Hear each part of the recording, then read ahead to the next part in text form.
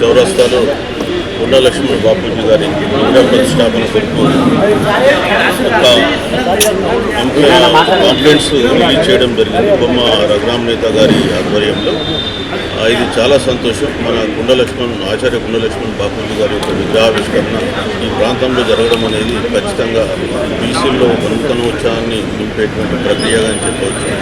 కొండ లక్ష్మణ్ బాపూజీ గారి ఆధ్వర్యంలోనే రాష్ట్రంలో 73లో మనకు బీసీలకు రిజర్వేషన్స్ ఇంప్లిమెంట్ అయినాయి. ఆ రోజు శివశంకర్, గౌతులచ్చన్న గారు వీరు పోరాటం చేయడం వల్లే ఈ రాష్ట్రంలో బీసీల రిజర్వేషన్ రావడం జరిగింది. అదేవిధంగా తన జీవితంలో అనేకమైన అవకాశాలు వచ్చినప్పటికీ కూడా అవన్నింటిని వదులుకొని తెలంగాణ వాదం కొరకు అంకితమైనటువంటి వ్యక్తి.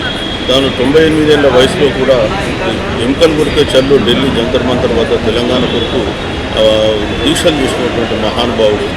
వారికి ఉన్నటువంటి స్ఫూర్తితో రాబోయే కాలంలో తెలంగాణలో బీసీ వాదాన్ని మరింత గ్రామాన గడప గడపకు తీసుకెళ్ళి రాబోయే కాలంలో బీసీలు రాజ్యాధికారాన్ని చేపట్టుకోవాలని చెప్పేసి మేము కోరుతూ ఉన్నాం.